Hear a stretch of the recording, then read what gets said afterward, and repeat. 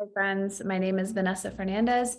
I run the Enneagram workshop, and we are currently in the middle of a series on defense mechanisms and questions that we might want to ask ourselves as we're doing inner work. And we may be seeing our defense mechanisms showing up because they are always trying to keep us from change and transformation. The ego likes to stay the same, and it resists that newness, becoming something new. And so anytime that we go on a journey to do inner work, to grow, expand, we are going to find our defense mechanisms. The tricky thing is they are subconscious. It is not easy to spot them all the time. And so I have come up with a few questions for you to start digging into and wondering if some of these defense mechanisms are showing up. Maybe they are. If you haven't already gone back to my type 1 video, the first couple minutes are an introduction to this topic. I invite you to go and check that out before coming here because we are going to dive straight into type 4s. And type 4's defense mechanism is called introjection. And it is the instinct or the habit of making everything about me. Turning everything in the world to mean something about me. And there's nothing wrong with understanding our connections to things. There's nothing wrong with figuring out who we are within this larger context. The problem is when we interpret everything in the world as meaning something about me, we will inevitably look for a meaning that aligns with who we believe ourselves to be. It's called confirmation bias. We confirm through the stories we tell ourselves that what we already believe is true. And with type 4s, there is an underlying belief that there is something wrong with me. I am broken. There's a missing piece. And so as type 4s use introjection and interpret everything that is happening around them, their child is having a tantrum, I must be a bad parent. Something in the house breaks, I must not be good at maintenance. Anything that goes on in the world, someone has a bad day, there's a situation happening, the universe is conspiring against me, right? And the story will always come back to, there's something wrong with me, I'll never be happy. I'll never succeed. This is why I can't, right? And so the problem with that is it may be true. It may be true that you're a terrible parent and that's why your child is throwing a tantrum. It may be. I don't know. I don't know you. But when that is the automatic assumed meaning to every event that is happening in your life, it keeps type 4s from being present to what truly is in objectivity. And it only serves to strengthen their confirmation bias that their narrative of unworthiness is not only true, but all that is true. This keeps 4s from being with what truly is. And this is difficult because that creates an inner tension where 4s are longing for authenticity, for truth.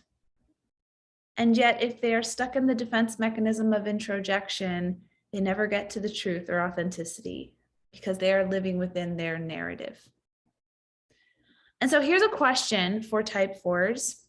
How is your instinct to personalize teachings, books, things that you're reading, influencing your inner work? Right? If everything has to come through the lens of what does this mean about me?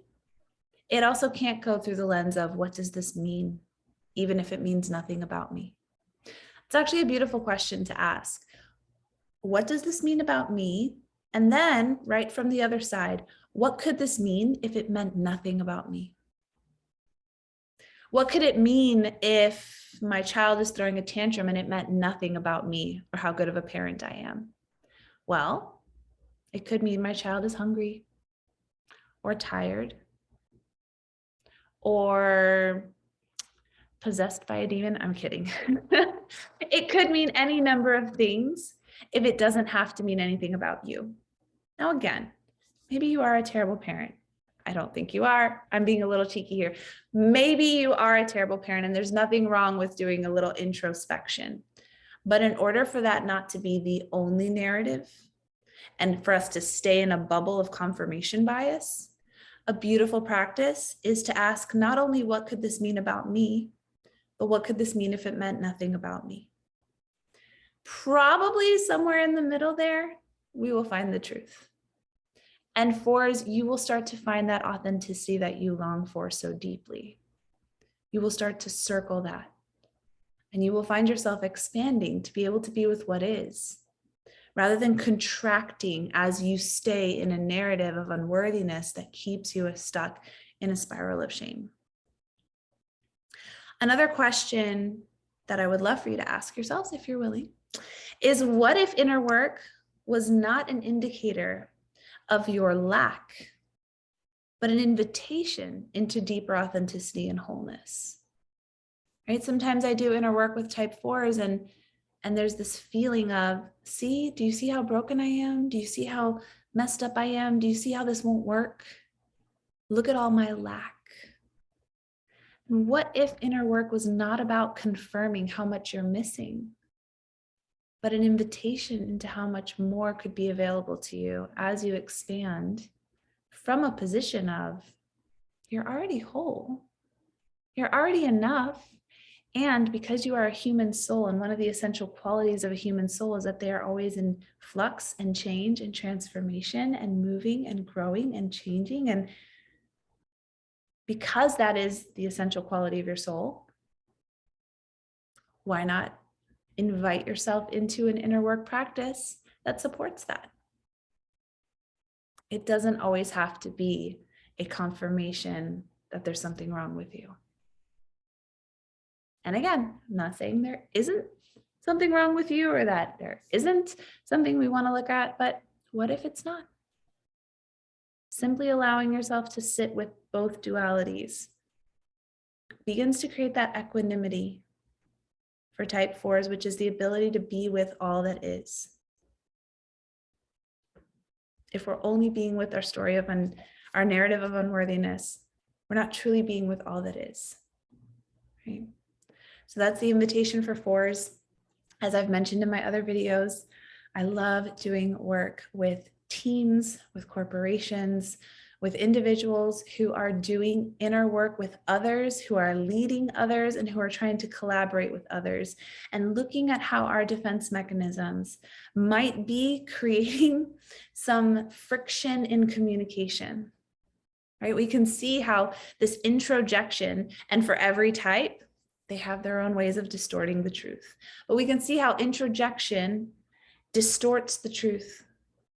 And for every individual in a group that is walking in with a distortion of the truth, it is going to be wildly difficult for that team to collaborate effectively, to have supportive team building skills. And all that we're going to find, well, not all that we're going to find, but what we may find is friction, frustration, and a lack of synergy. So if you are a part of a team, or you work with a team, or you lead a team, and you're interested in learning more about how having a facilitator come in, understanding the different defense mechanisms present in that team, and helping you navigate through what that might be like to relax some of those defense mechanisms so that you have greater collaboration, I would love to chat with you. My information is in the text beneath this video. Thanks again for being here, and we'll get to type 5 next.